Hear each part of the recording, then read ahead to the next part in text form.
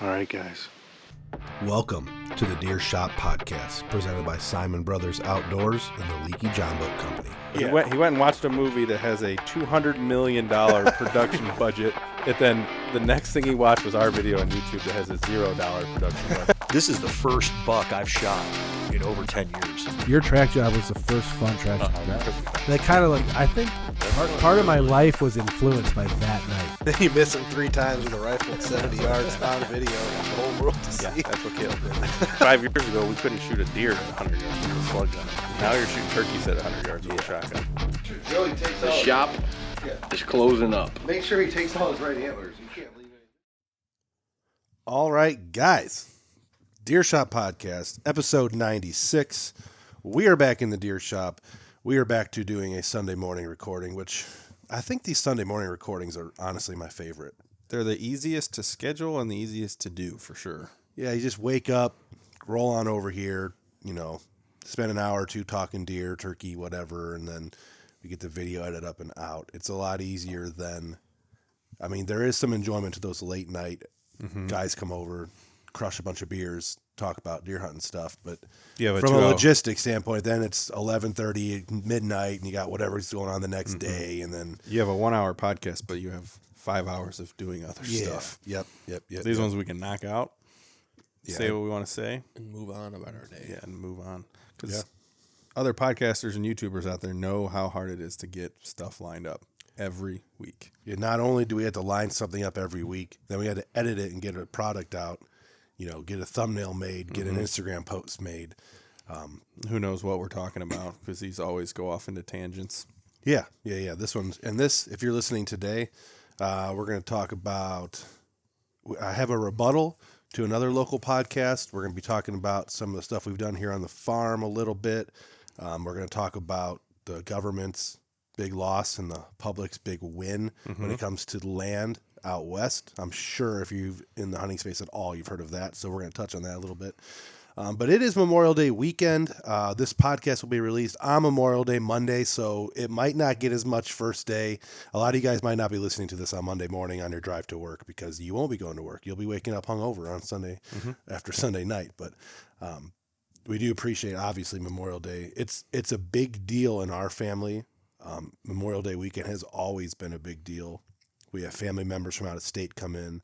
Always have the parade in town. Yeah, we're a very military-centric family. Obviously, Grandpa Simon, World War II, Japanese theater. Ethan was in the Navy here 6 years. He was over in Japan. Uncle Wendell, which was our Aunt Judy's husband, he was Lieutenant Colonel Wendell Holloway. He was a big deal in Vietnam and afterwards.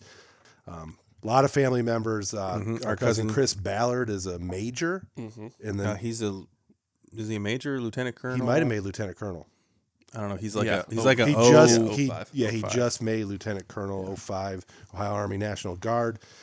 The list goes on and on and on of family members. And Chatham, our community that we're obviously very involved with, Chatham does a huge Memorial Day celebration, and I think it has since Chatham was formed in the 1840s or 30s. And its main sponsors is the Volunteer Fire Department, which we're a huge part of. Yep. I would say one of the main sponsors along with the church and some of the other groups, Historical Society. But Memorial Day is just a large deal in our small community, and our family's been involved with it for a very long time.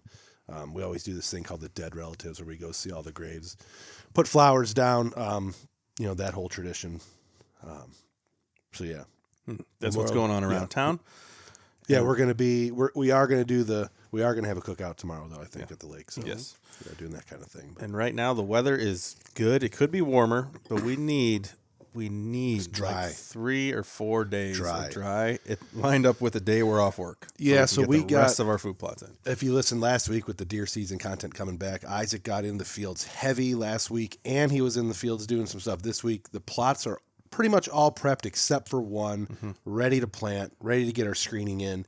But it rained this week for 3 or 4 days. It was raining cold. We needed to plant that day, but we didn't have enough time. Caleb was working or doing whatever he was doing. So we couldn't film it. We want to film everything for the Family Dream Farm so we can Yep, we have been filming the Family Dream Farm as we do this and releasing some episodes, but we need some dry weather. Today is beautiful. It's already in the 60s and sunny out there. But yesterday was cold. It's still too wet. Yeah, it is way too wet to get in the food plots, unfortunately. So we have rain in the forecast for Tuesday, but if it doesn't come, it's like 50%.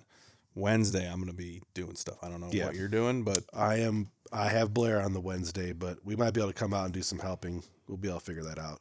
I'll have the afternoon at least before fire, all that. So if it doesn't rain a lot, we're playing Wednesday and Thursday. Yeah, Wednesday, Thursday might be the days.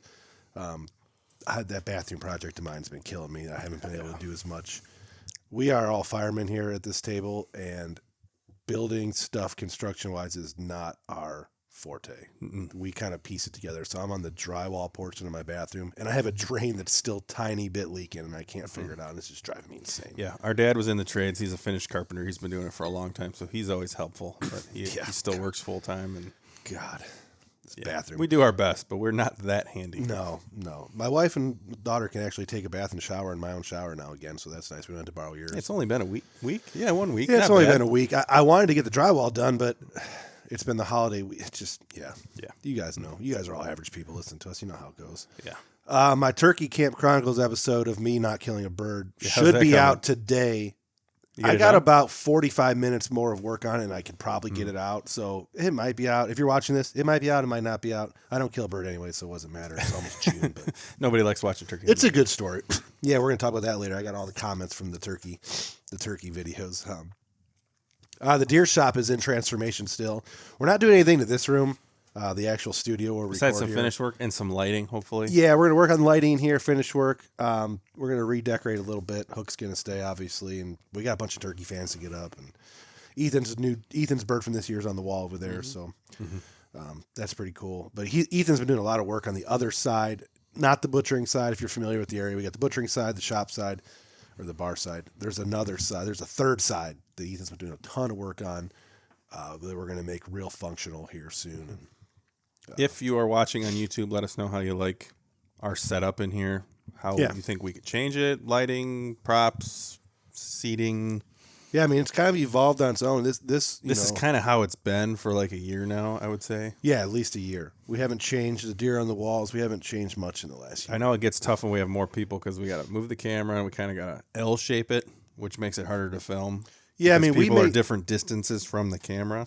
Yeah, we made this bar 3 or 4 years ago as a place to hang out after we shot our bucks, and then we got into the podcast game. And we were going to make a separate podcast studio somewhere, and then we ended up just starting to use this and use it more. And then I think we've probably recorded out of the 96 episodes, probably about 87 or 88 of them been here. Yeah, the few when we've been on the road, the few at your house. Yep. And There's been 2 at my house and 2 and at least 4 or 5 on the road, and that's about it. So, which we like doing the road ones, but those are hard to.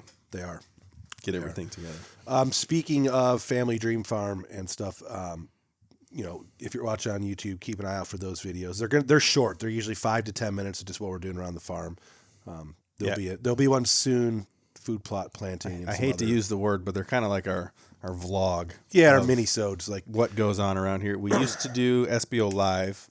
Yeah, so we had 8 seasons of SBO Live, which was our main show. All the main topics throughout the year were on that season of SBO Live. And then I had mini-sodes that go along with it, which were just shorter, smaller, less in-depth, less high-quality episodes in between the main episodes. And the food plotting stuff was usually on those mini-sodes, and then we would do like one main episode showcasing it all. But we got rid of the SBO Live show. We got rid of the mini-sodes.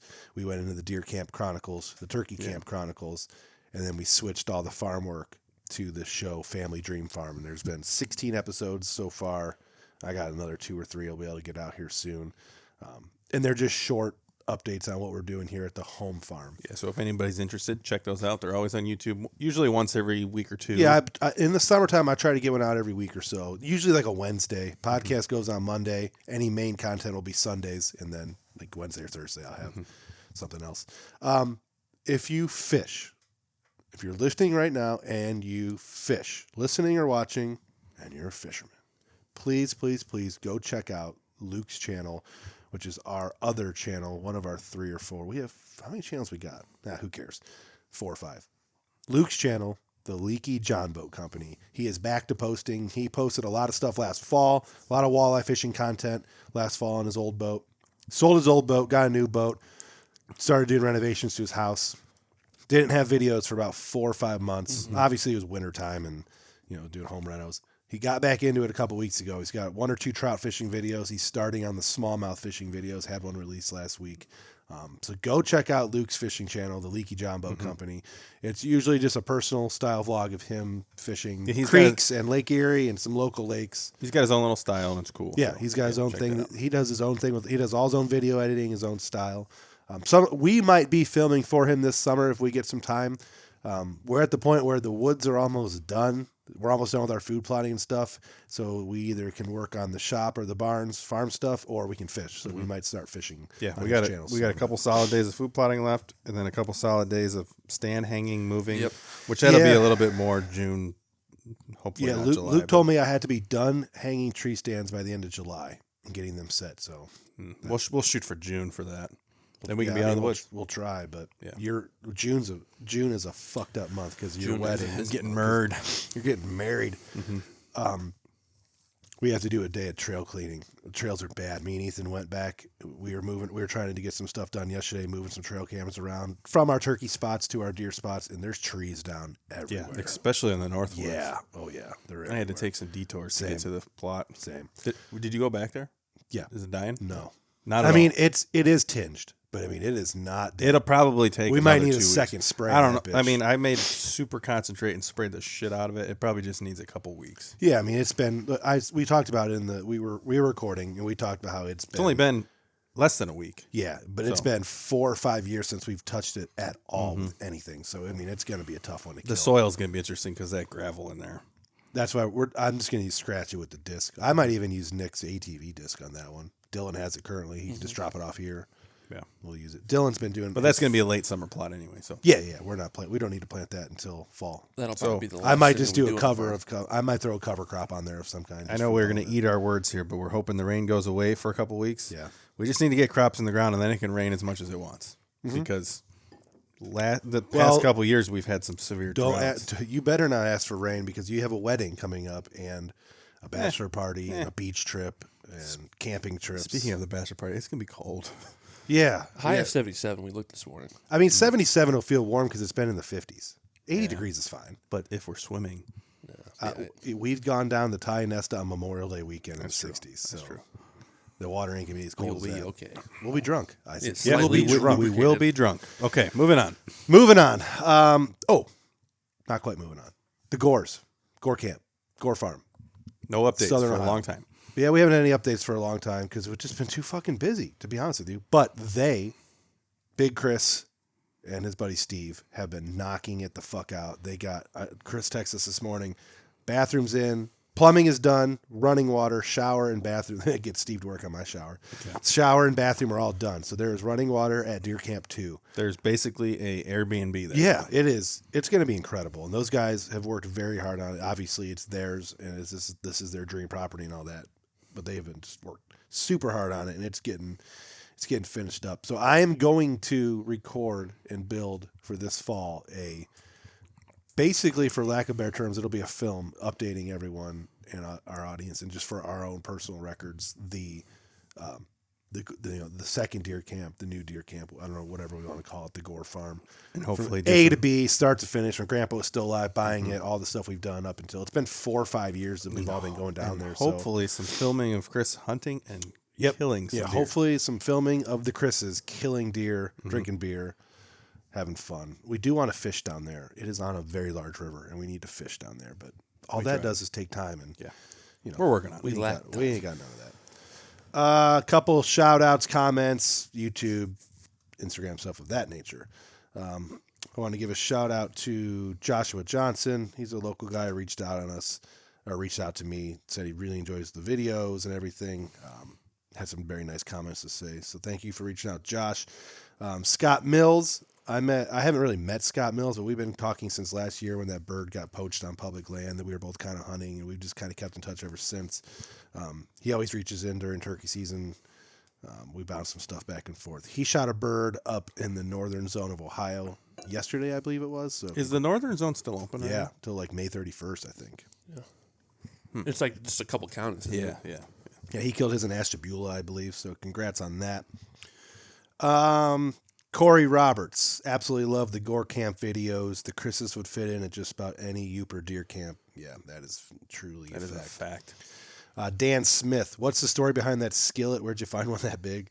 I commented on YouTube, but they were talking about that giant cast iron skillet that Matt has. It's literally like 30 inches. Yeah, you across. have to go to the West Virginia videos to see it, but it's huge. It's this big. It's not even cast. I think it's just carbon steel, and it's got to be homemade. Someone had to just make that. I mean, it's awesome. Yeah. We cook enough food for eight, 9 guys on that thing, and it perfectly fits over the fire. I mean, yeah, huge skillet. If you watch the deer camp videos, Camp Gore, it's down there. Josh Anderson, are you a bourbon collector or a bourbon drinker? Those bottles in the background need to be broken into. That was from. They're mostly broken into. Well, he's talking He's about. talking about the ones that killed. He was talking about the ones at my house when we Oh. recorded down there because I had a couple bottles of Taylor and the Stag and a Blanton's Gold. We are both. But here's the evidence. Here's a see, mostly empty stag. Here's a $300 bottle of bourbon that's almost empty for you there, Josh Anderson. Not really too many fancy things behind us. We are both. We're not really super collectors. We went through a phase where Ethan got back from the Navy and we decided to just buy up a bunch of really expensive bottles of bourbon and do the collecting thing for a minute. Our buddy Freeman, who's been on this podcast and on all our videos, he was a very large bourbon collector as well. So we got a bunch of, we got a ton of really good bourbon bottles. And then we got a bunch of really cheap ones, and we do drink a lot of bourbon. We drink more than the average person, probably. More than our doctors would want us to drink. So being a part-time bourbon collector like you guys were for a little while makes it awesome to be a bourbon drinker now because we have nice bottles laying I around. wouldn't call us collectors. We always broke into our stashes. Anytime you want a nice glass of bourbon, we have everything to pick from. So that's cool. Yeah, everything up until the Pappies. I could be sitting there on a Tuesday night and be like, got a Snicker, have some Stag. Yeah, right. Normal people can't do that usually. And speaking of, I have a video that's like 3/4 done. A review of this Kill Bottle whiskey here from Working Class Bow Hunters Ledge Rock Distillery.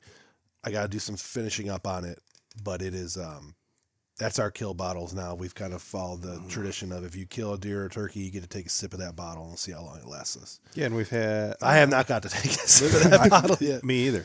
Well, Kendall got one. I did. Well, you did kill No, I didn't. that buck. You killed your. We found your buck. It doesn't count. We found your buck. We came to the conclusion that doesn't count. I see. I think it counts. I'm not counting it. We can asterisk it. You can Barry Bonds it. Yeah. Okay. I'll corn piles and crossbows. Mm-hmm. Kevin Johns, love the videos, man. Love deer camps. We do them yearly. Also, great memories. Keep the videos coming, brother. He commented on multiple videos. Yeah, the deer camp videos aren't going to stop. Don't worry. No. So speaking of that, how many years of deer camp videos are there? I made the first one in 2016. And that was that a couple years together, or was that Nope, just that one? was I went down there for the very first time. Took cameras. We didn't kill anything. Recorded chopping firewood and drinking beer. And every year there's been one? I made a short film in 2017. I missed 2018, or I missed 2017 and made a short film in 2018. One of the two. There was a year I didn't go down because of work. So there's 7 or 8. And then total from film. 2019, which was the buck tree, until now, yes, there has been a major deer camp video every year since 2019. And they've all performed good. I think the deer camp film I made was 2018. So there's been a major deer camp video every year since 2018. 17. I'm looking here. 17? 2018. 2016 SBO Live 16 was the very first year I recorded. 2016. Yeah. Correct. Yep. So if you want to see all those, There's a it's playlist. hours and hours of content. Check out the playlist. Yeah. Camp Gore, West Virginia, deer camp videos. And this, Lots and lots of stuff and there. this year, unless something dramatic happens, we'll be doing the same thing. I don't think anything. We're going to can be doing the dramatic same happen. thing no matter what. All right, so we're going to get into comments real quick on the turkey podcast. The No One Gives a Shit About Turkey Hunting podcast, because that's why we made it, to get the audience's reaction, and we got a bunch. James Angle. There's some truth to this. Love this page. Love what you guys do. Been following along since last year. Enjoy listening to the podcast and watching the deer and deer camp vids, but have zero interest in the turkey hunting videos, even with other channels. But I'm just a nobody. Don't listen to me. Keep doing what you guys are doing. I'll keep watching the channel and enjoying it. Cheers. So it's funny. This guy, I mean, he is a nobody, and he took the time to reach out and comment. And his comment is spot on. Yeah, it's spot with on. what most people think. Like, man, we love your guys' deer camp videos. I love listening to the podcast. I don't give a fuck about turkeys. That's the truth. James Angle again, and I was saying the turkey subject in a funny way. The same way you guys approach it. I didn't want to come across as a douche. You're not a douche. You're telling us the truth. You are telling us. Oh, sorry. We got Caleb, so, your damn YouTube algorithm. We have our YouTube videos in the background playing, and if I don't pay attention, Miss Rachel comes on. Anyone that has a child at home knows. Ooh, Deer Camp Revival. I'll watch that one. Anyone that has a kid at home knows that. Actually, I think I've seen this video. Miss Rachel is going to pop up on your algorithm no matter what. She got pierced nipples, by the way. So these, I don't remember what their channel called, but they do have some cool. Isaac doesn't care. 21 South. Yeah, they have some cool deer camp videos. Yeah, that deer camp is like $1 million job. Yeah, it's fancy. It's fancy. I mean, maybe not $1 million, but that's a very fancy deer camp. Sorry, that was so we always have a TV playing behind the camera. There's always a YouTube video playing in the shop, hunting of some kind, or if I leave the camera on, or if I leave it rolling. Yeah, Miss Rachel and Bluey. No, we don't watch No Bluey. No Bluey will show up, but Miss Rachel will show up a lot. Bluey crosses the line. I don't even know what Bluey is. I'm sticking with Miss Rachel. Jeff Koons, Tommy Madden. I could care less about killing a bird myself, but I enjoy the podcast. Your experience out in the field is more like real hunting. It doesn't always happen, but there's always a story behind every hunt. He's an OG commenter. I don't know if we know him. I think we know him. I think we know him. If we know you, just say something. Yeah, Tommy, comment on this because you I commented. think it's the person that I think it is. Yeah, let me know who you are. He is local. Yeah. Jeff Koons. Don't turkey hunt and don't really watch the turkey hunting videos, but I do enjoy listening to you guys talk about it. Caleb, you're very passionate about your hunting. That's great. You tell a great story, and I enjoy your renditions. Keep up the great work, guys. See, someone likes listening to me Someone talk. likes listening One to me guy. talk. Jeff Koons. Koons. Thank you, Jeff. Well, there's hundreds of hours of audio to listen to. Yeah, well, I mean, I love your enjoy. I love when Isaac retells his story. I was sitting there, and he came in, and I drew back, and I shot him. And then we found him. Yep. Or didn't find him. Yeah, or didn't find him till months later. Mad Cow. Here's my comment for what it's worth. I love turkey hunting videos, but personally, I detest hunting with the decoy, so I don't want to watch hunts using decoys. I'm not bashing decoy use. I just don't want to watch that style of hunting. I kind of settled into THP, Dave Owens, Shane Simpsons, and Catman. I've tried to search for other channels, but get turned off by either decoy use or guys that are so over the top screaming when they shoot a turkey. Geez, I get being excited, but calm down, people. Laugh out loud. Different strokes for different folks, I guess. So he's saying your videos suck, Ethan. That's fine. And that guy's comment is perfect. That's our videos. I think I discovered something on these turkey hunting videos that if you want your videos to be watched, you need a shitload of them. Mm-hmm. You post a couple turkey hunting videos on your page, nobody's going to watch it. It's the people that like to watch them consistently turkey, through the season. So like people watch THP because they have 30 episodes to watch, so they can get real into that. Well, and I call THP. THP is what I would call a tune-in audience. Like you're gonna tune in and see what they're up to, no matter what. Whatever time of year it is, whatever content it is, like you're going to see what the THP you guys are doing on it. Then you have channels like Shane Simpson, Dave Pinhode, or the Pinhoney Dave Owens Pinhoney Project, Rogue Hunts, like those Rolling Thunder game calls. Those guys are very turkey specific. Yeah. Even though they have other stuff on there, like those people are going to tune in just to watch the good turkey hunting content. Yeah, and they can invest in watching a series of turkey hunting videos instead of just cherry picking one. Yeah. We're going to have 3 this year. So we will have a total of 3 turkey hunting videos. We had 5 last year and 3 this year. So last year was a lot, actually. Five turkey hunting videos in a season is a lot. Yeah, we went out to made state. 2 trips down south. I made a trip to Kentucky. Yep. This is a comment on Isaac's Western video, the struggle. No shame in calling that trip. I was on a 9-day archery backpacking trip last fall, and after 7 days, my buddy and I called the trip. I'm in really good shape, but we tracked over 70 miles, and at the end of the 7th day, I was physically picking up my legs to step over deadfalls. Good luck this year and next. You get out. Yeah, that was easy 7977. That was my solo Idaho elk hunt in 2022. This was when you almost got stepped on by a moose. No, after that. Okay. I was with Jay for that one. This was with the wolves and the sheep. Sheep herders where I was hunting, and there was wolves chasing sheep all week long, which was interesting. Comment on the blizzard buck. Samuel Susan. I like your show, but will not watch anymore until you clean up your language. So unprofessional. These guys. I don't know if the Samuel Susan. So Samuel if it's Susan it's a husband-wife combo. yeah, This yeah. guy cheated on his wife, so now he has to have joint accounts. And his wife says that she will not watch this channel because it's so inappropriate with all the fucks and I bet he dams and loves shits. watching this. Yeah, probably. She does not. It shows up on YouTube because he watches it, then she logs in to watch her dumb shit. And Yeah. our videos show up. Yeah, well, But like, who would click on a hour-long podcast to watch and then pick out our swearing? Like, wouldn't you just turn it off? Well, that's the I Blizzard like Buck. It's not a this is podcast. this is the Oh, that's Blizzard a Buck video, episode, okay. but and I feel like the Blizzard Buck episode didn't have a lot of swearing in It it. did have Nick and Dylan in it, so it was, Yeah, but not until the very end. Yeah, like a till we little got bit. back here to the shop. Like there was no swearing prior to that. Do you remember? So this is way long ago when we started filming stuff. We always were swearing, obviously, because we're 12 years old, and we were always like, "Don't shut up, stop swearing." Yeah. Like, all those videos back in the still day. do it. Yeah, I guess we still do it. still do it because he takes his swearing to Yeah, the but next we're level. pretty unfiltered now. He heard us. Dylan just texted me. He's gonna try to get that food plot in this morning. He's crazy. It's He's gonna crazy. Be too wet. Dylan, don't do it. It's too wet. He's gonna This go is like me He's with- gonna go unload everything. This is like me with my bathroom project. If you take shortcuts and try to get it done just to say that you got it done, you're gonna have leaking pipes in your basement that you can't figure out, and you got to backtrack.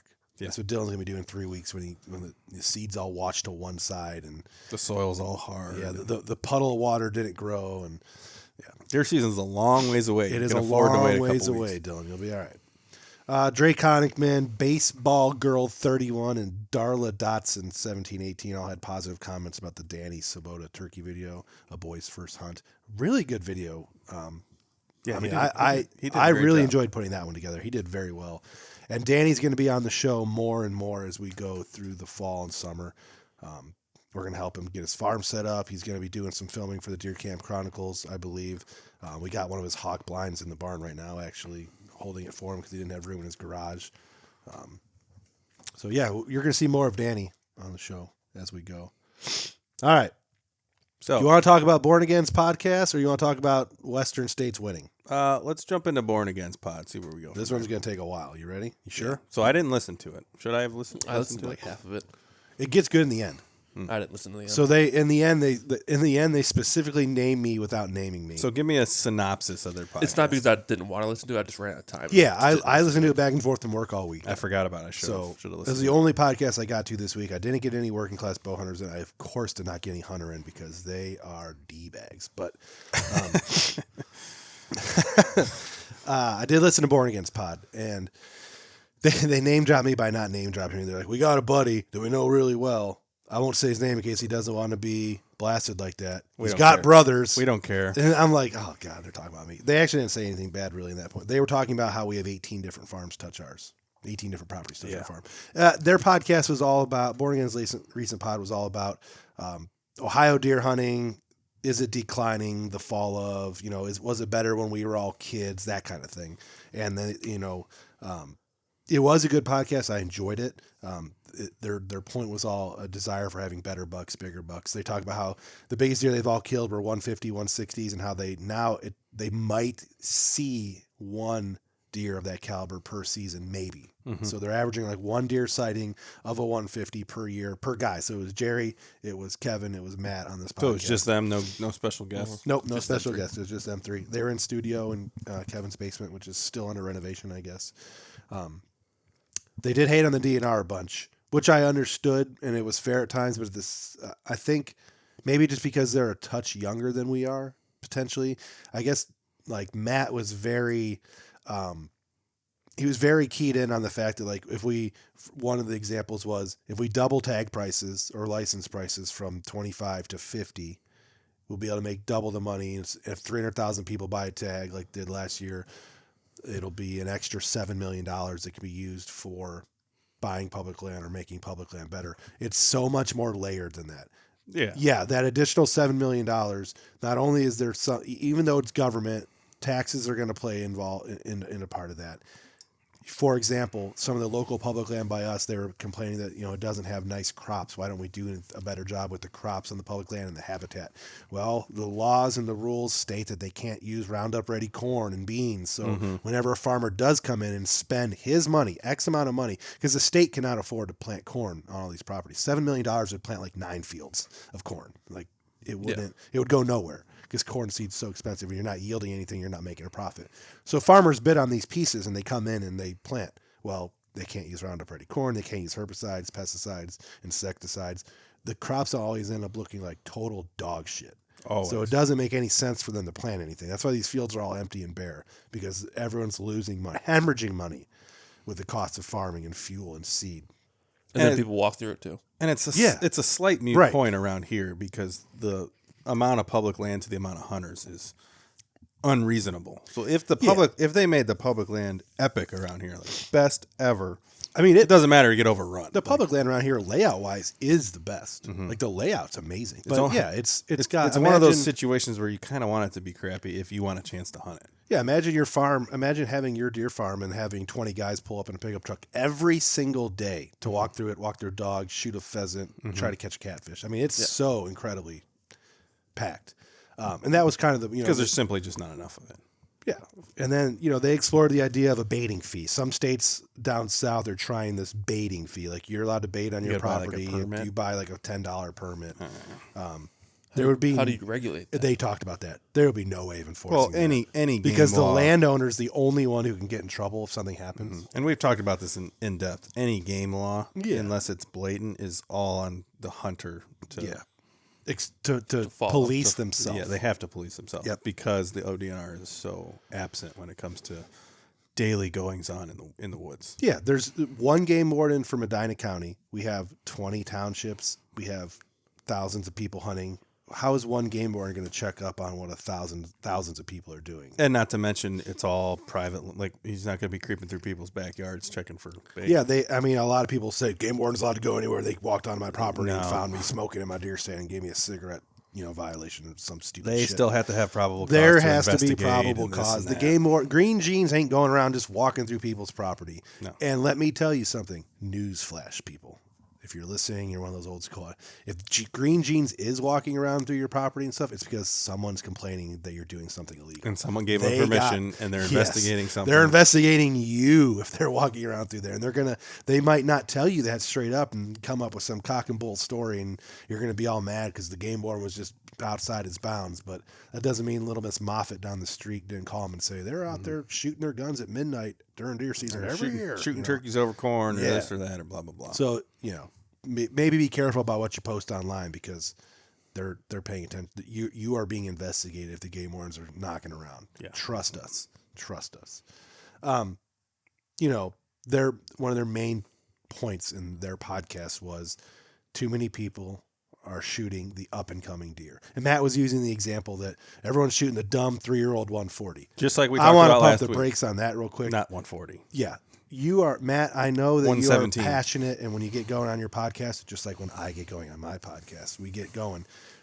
There has been 340-inch 3-year-olds in your area in the last 10 years. That is an exaggeration. Show me a 140-inch 3-year-old. I want to see that deer. That is extremely rare. Yeah. The average 3-year-old is my Indiana buck from a couple years ago. Yeah, I mean, 113 inches. Where is the shed? I don't have to spend time really looking for, but the north side 10 that we've been hunting split ear. He was regardless a 3-year-old, heavy 3-year-old. He scored 127. So they may get into the 130s. Yeah. Maybe this buck, 5-year-old buck, didn't hit 140. No.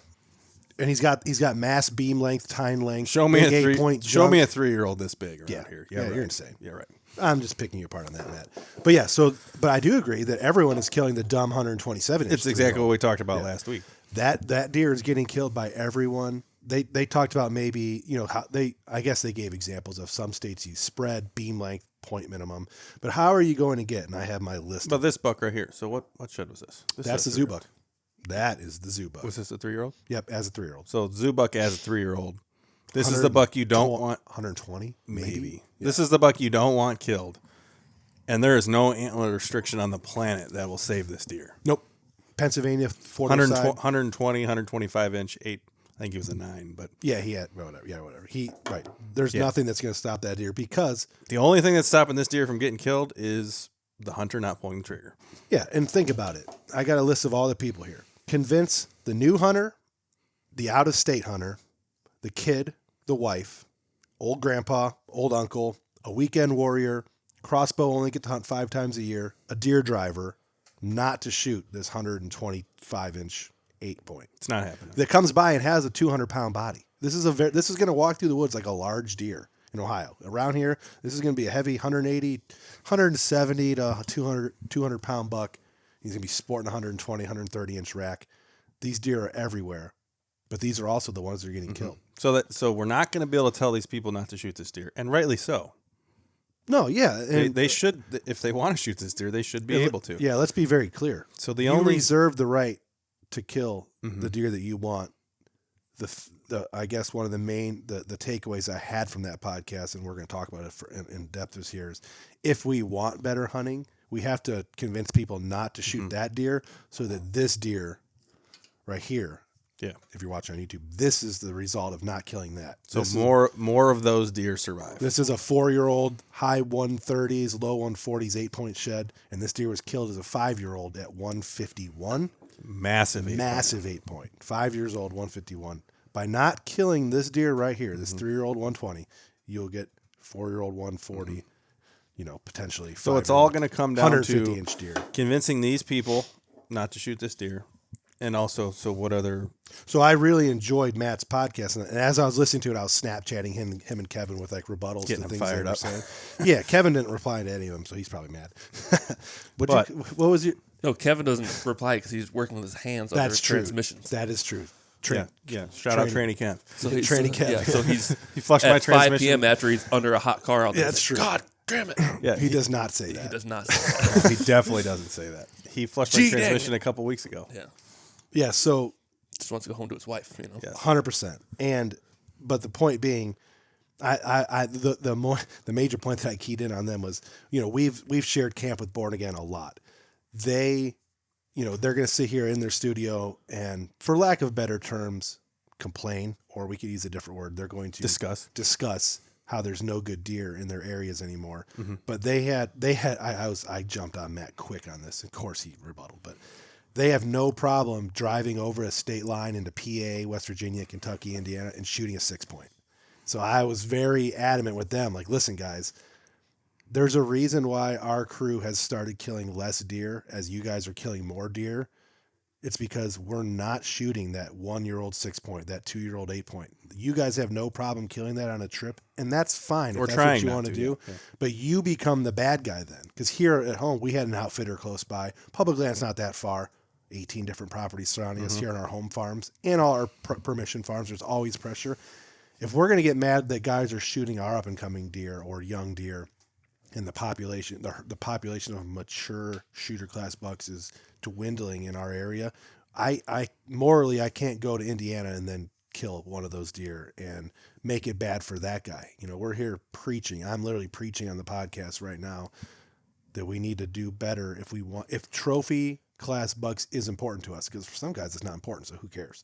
If trophy class bucks are important to you, we can't go to these places and kill smaller deer. And then Matt's first rebuttal is, there's a box of 6-point antlers in your podcast studio from West Virginia that you guys kill. And he's right. And we've tried to become better at that. Yes, and I talked to him about that a lot. When we first started going with our friends, the Gores, it's their camp, not ours. We started going to their camp. Yeah, first buck you see that week, you kill it, you come back to the cabin, drink beer, and have fun.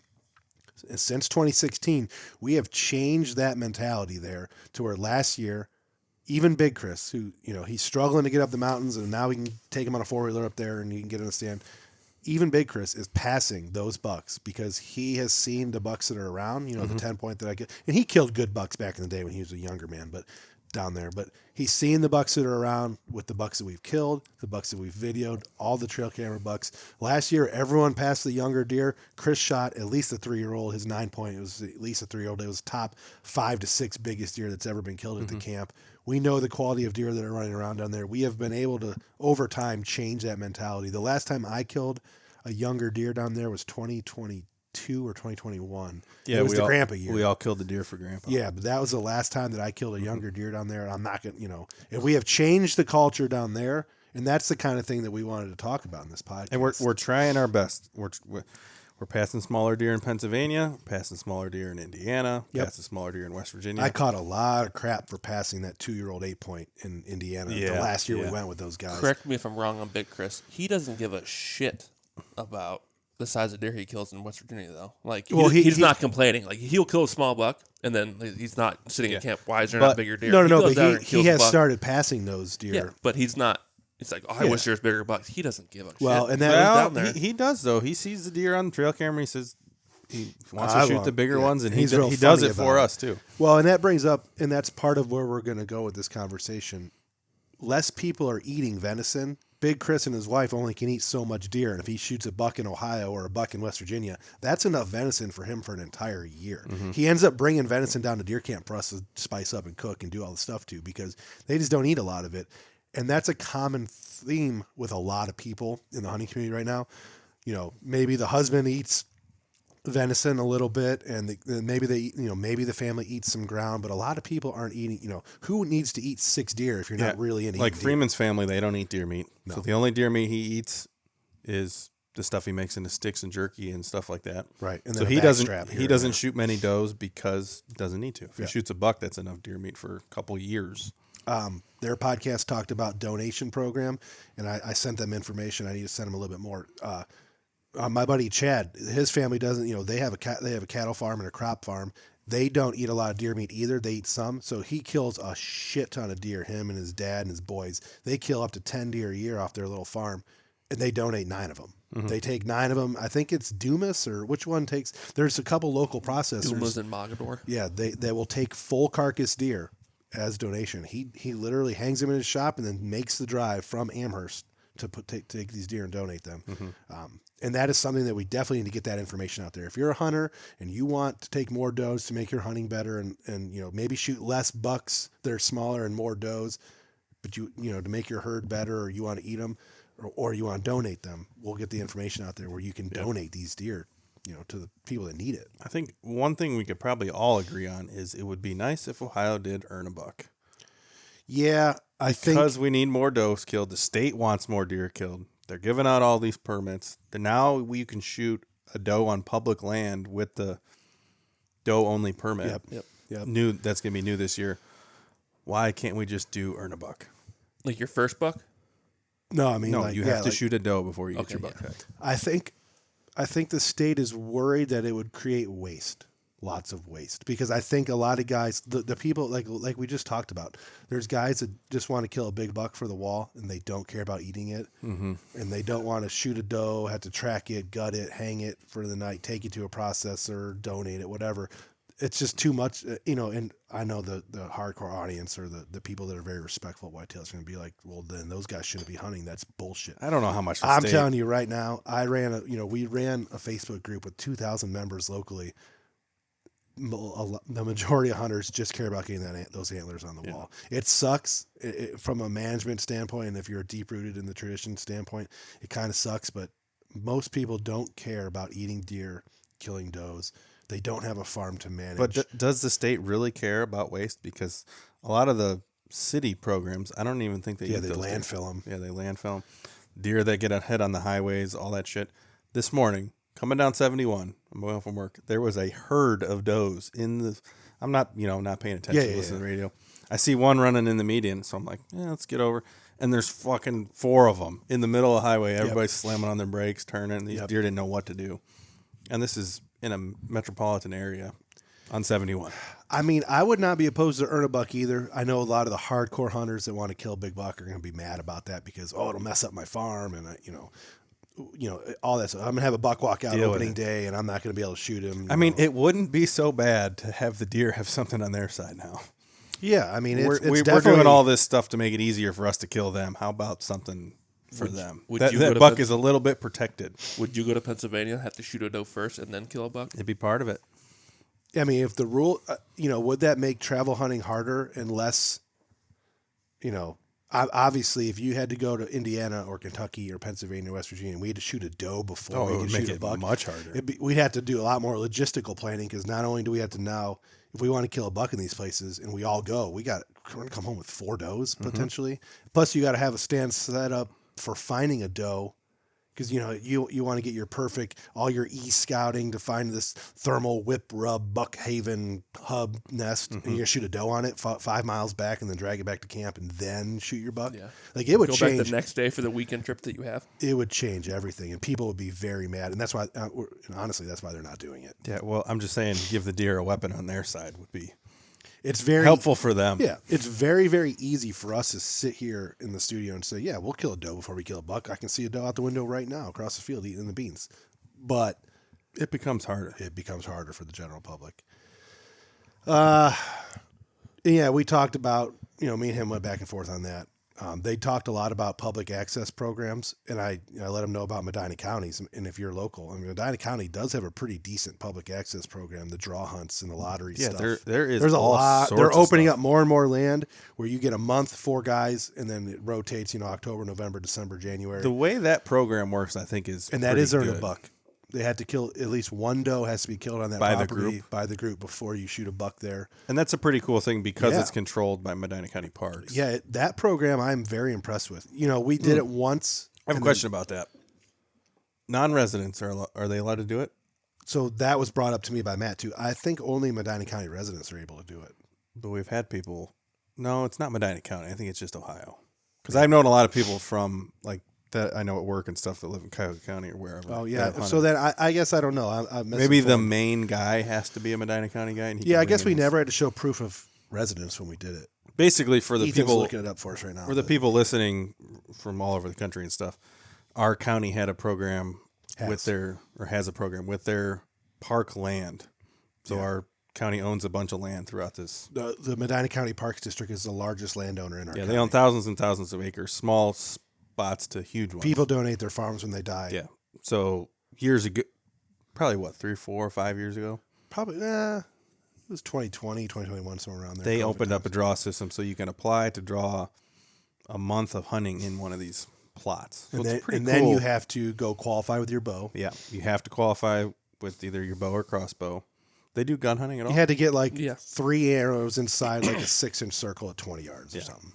And then gun hunting was, the one we did, I think, was only bow. I don't think you're allowed to hunt with a gun. But there are ones where you're allowed to do muzzle. They do have gun ones. So you would get a farm, 4 of you, 3 of you? 4. 4 people would get a farm for a month during the season. Yeah, you get drawn a farm and drawn a month. If you were a steward of the program, someone who has utilized the program a lot, you would get preference. So if you went to a property, killed a lot of deer, and you had to check them in and call the game warden or send a text to a number. I don't remember exactly how it went, but if you do kill a lot of deer on the property you were on, you have the option of getting it again for that time period. Basically, or the time period you want. If you did a good job, you get it again next year. And we know some guys that have used it. There's some local guys that have used it and killed a lot of deer, and a lot of have used it successfully. So so it's cool. That's a very good program. If every county had something like that, it would help. It just takes a lot of coordination, and it takes a lot of.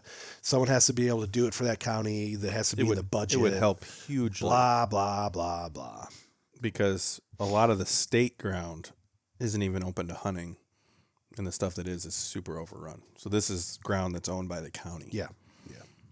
Yep. The metro parks. I don't know if they have a program for this. The problem with the metro parks is they're just so large and vast, but their parks are all set up recreationally for hikers, campers, fish, that Which kind of thing. A lot of that is changing around here because more and more parks are becoming recreational. Yeah. So we'll see where this program sits in the future. Yeah. And the grand scheme of things, that podcast, we can finish up and talk about that podcast. There's a lot less hunters than there was before, and the state's clamoring for more hunters, but there's even less ground for us all to go to. So less places for everyone that does still hunt to hunt. And do they take into effect the out-of-state hunters? There's got to be more out-of-state hunters now than there used to be. Oh, I'm sure there is. I mean, Jay has those numbers because we want to do a podcast with Uncle Jay and talk about all the out-of-state stuff because Jay has he has a booklet that he's been keeping track of numbers and stats, and he's convinced that the out-of-state people are a large part of the problem, especially down in the southern portion of the state. I don't know if I guess problem isn't the word we're looking for, but the decline in hunting quality, he believes, is because of the influx of out-of-state hunters. Mm-hmm. And I also think because of the influx of out-of-state hunters with money, paying money to hunt all these farms, leasing up farms, going to outfitters leasing farms, a lot of the residents of the state are forced to that public land now. Yep. Which makes it super crowded as well. Yeah, displacement is a huge thing. So residents are going to public land, non-residents are going to paid land. Nico sent me a text message the other day, and I got to read more into it. If you're listening, Nico, at this point, I didn't get fully into it, but there's been a law. I think a law was passed in Ohio that requires anyone that runs an outfitter or guides for an outfitter or is involved with any type of outfitter has to apply for either a permit or just it has to pass an inspection, a background inspection of some kind, and you cannot have any wildlife violations in the last 5 years or 10 years. So the guy, so they're cracking down on that. They're cracking down on guys that are dirtbags. And I think this probably stems from the Whitetail Heaven Outfitters guy. Mm-hmm. The state's going after the big dog, but it applies to our local outfitter that was fucking us all because he's been in and out of jail and arrested in the wildlife violations 50 times. And he just posted yesterday. Yeah, it's bullshit. It's 1,000 acres of hunting. It's fucking bullshit. Yeah, this guy, career criminals, ruining hunting for everyone else, profiting off it, not even paying it's just bullshit. Because when you are a sleazy guy, it is easy to run an outfitting business because you can wave money to these landowners. You swindle them. And then you can swindle the people coming from out of state. You can show a couple pictures. You can show a couple videos. Say, here, come hunt this farm for $2,000. He would send people our videos to get them to come hunt in Ohio. Look at these guys killing these bucks. We hunt right next door. Yeah. Well, dude, just pisses me off. that is a situation that and we're very is the salty landowner about. is little Miss Moffett, is she gonna fucking sue him and go through the court battle if he doesn't pay her the $500 he promised or the $2,000? No, because it's going to cost her more than that. Yeah, when there's an elderly couple on a fixed income that can get all their property taxes covered by this, just letting some people hunt. Yeah, of course they're going to take that deal. Right, and then they get fucked. Yeah, and then there's nothing they can do about it. The last thing I want to touch on that before we go to the next topic. Me and Matt talked about this actually prior to me listening to his podcast. It was after he recorded it probably, but prior to I listening to his podcast. What's not talked about enough in circles like this is how many hunters have been displaced by the elites. So me and Matt kind of did a dive into that. Hunter had a podcast recently where they were talking about hunters getting displaced and how they had to go to public or all the properties are getting taken up. And they I think in that podcast, they kind of hem-hawed around the fact that they are buying up and leasing properties and they are displacing people. Mm-hmm. So Hunter might only do it, 1 or 2 different states, 3 or 4 different states, couple spots. So maybe they're only displacing 5 to 10 guys, but that is 5 to 10 guys that now have to go hunt somewhere else or public. Look at the guys like Mark Drury, the Midwest whitetail guys. Anyone out on the Midwestern states that has a hunting presence and has a lot of land and is buying farms. The rumor has it Mark Drury owns 50 farms or something. How many hunters is he displacing that no longer can hunt those farms that now have to go hunt somewhere else? If Mark Drury owns 150 farms now, he's displaced at least 3 people per farm. That's 150 guys that now have to find somewhere else to hunt. And it's whole families and whole generations of people that can't hunt those farms anymore. This is an extreme comparison, obviously, but it's no different than Bill Gates yapping about climate change and then taking flights across the country every week on his private jet. So Bill Gates is saying we need to travel less, no more fossil fuels. Stop buying. You said Taylor Swift wrong.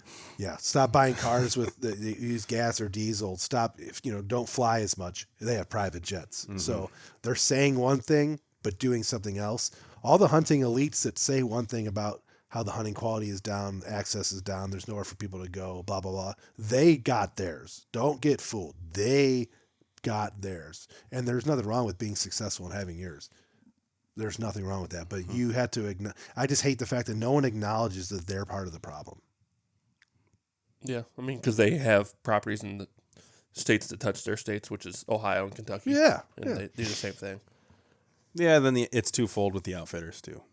Yeah, it's amazing how much power you have when you're charging people to hunt. Like we have some associates and friends that have talked about starting an outfitting business just because on paper it's easy and you can make money. Yeah. So you can go lease all these different farms, But think of the harm you're doing to all these other hunters by doing that. So you can make some money. You can give out-of-staters private land to hunt. Yeah.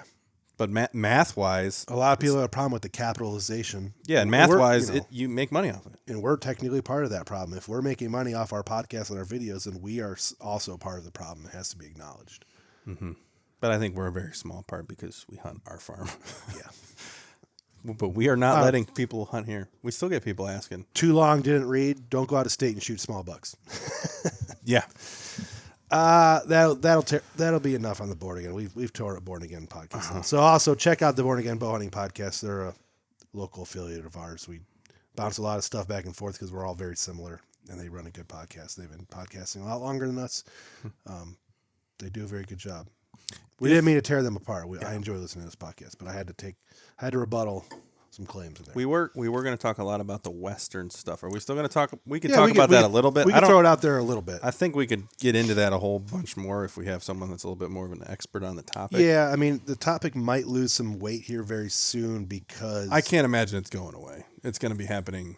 Yeah, I mean, it's silently a lot. This was huge because it was on a federal level. Yeah. So in case you're living underneath a rock, Utah and Nevada, some of those states out west had proposed selling off Nevada. This guy, whatever, were proposing selling off public lands, BLM lands, some national forest land to make money, land they deemed useless, and it checkerboarding and or alongside highways. It exploded into a huge thing because originally it was like 16,000 acres, which apparently that stuff slips through all the time. Yeah, but then it snowballed into 500,000 for a minute, and then to 1.5 million right before. Like it was. They gave the proposal on the floor or whatever, and like the amount of land that could be sold that was available that would qualify for selling was 1.5 million. And it was huge because this was a big Republican-backed, big Trump bill that was going through with a lot of stuff. And then, to be fair, a Republican from Texas came in and said, "Fuck you." There's some type of thing in Congress where a senior congressman can literally like take a bill and just scratch the fucking thing out. Smash it. He literally came out and said, "This senator from Texas, like we are not doing this." It might even, I don't know if it was a female or male. I didn't read too much in it, but they scratched it. It got removed from the bill. He used some kind of provision where he's like, "This is just not going to happen." Because the woman from Utah was the one proposing it the hardest, and it was huge trouble because it might not have been valuable land this time. Yeah. But in the future, it could be. And I know set the precedent of selling. Yeah, give a mouse a cookie. But I would like to give an inch, gain a mile. I would like to see the numbers on how many harvests over the last 10 years average were killed on the public land that they were going to sell. Because I bet it was very... No, it was zero. Yeah. That doesn't matter. It's setting the precedent for it. Because the next thing they're going to sell is Hoosier National Forest. Yeah. Have you ever been to Utah? The land that they were talking about is literally salt flats and bullshit, but it opens the page for them taking land that's valuable. And I've hunted. Lake Monroe is valuable land. We can put mansions around it. So we're going to sell everything within 500 yards of the lake. And then all of a sudden Lake Monroe is privatized and Hoosier National Forest is a worthless pile of shit, you know? Yeah, and I've hunted BLM land in Utah. That elk I missed last year was on BLM land. He was the ugliest elk ever. God damn, was that elk ugly. There's uglier ones in the video. That was the only one bigger than a spike we saw. Yeah, maybe they should have sold that land.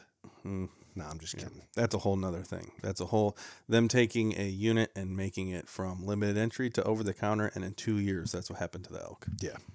Well, I remember because before it was over the counter, you were sending videos back from Utah of world record sized elk, fucking magnums, upper 300s, 400-inch elk, and then they're gone. 9x9 gone.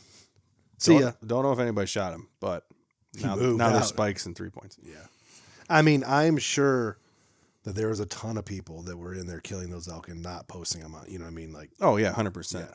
Ton of people. They were killing him legally, but not advertising. When a unit goes from limited entry to over-the-counter rifle hunting, yeah, huge. But so keep up the battle on those public lands. Keep up the battle on the public lands.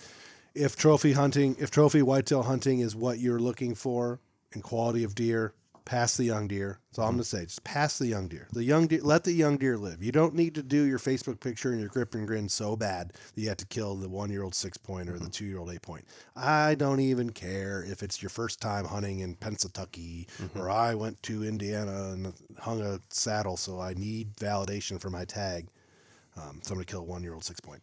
Just don't do it. If we want better deer hunting quality as hunters, pass the young deer. So that's pretty much in summary. I say that tongue in cheek, guys. Watch our stuff. Pass them. Like, comment, check out the Leaky John Boat Company. Leaky John Boat Company. Check it out. If you want us to talk about your opinion, comment on our videos or the podcast, and we will bring it up, especially if it's interesting. If you leave feedback for us, we will talk about it. Yeah. Until we get hundreds of comments a week, we will continue talking. That'll never happen because we're never going to be that popular. But thanks for listening. Deer Shot Podcast episode 96. And we are out. Out.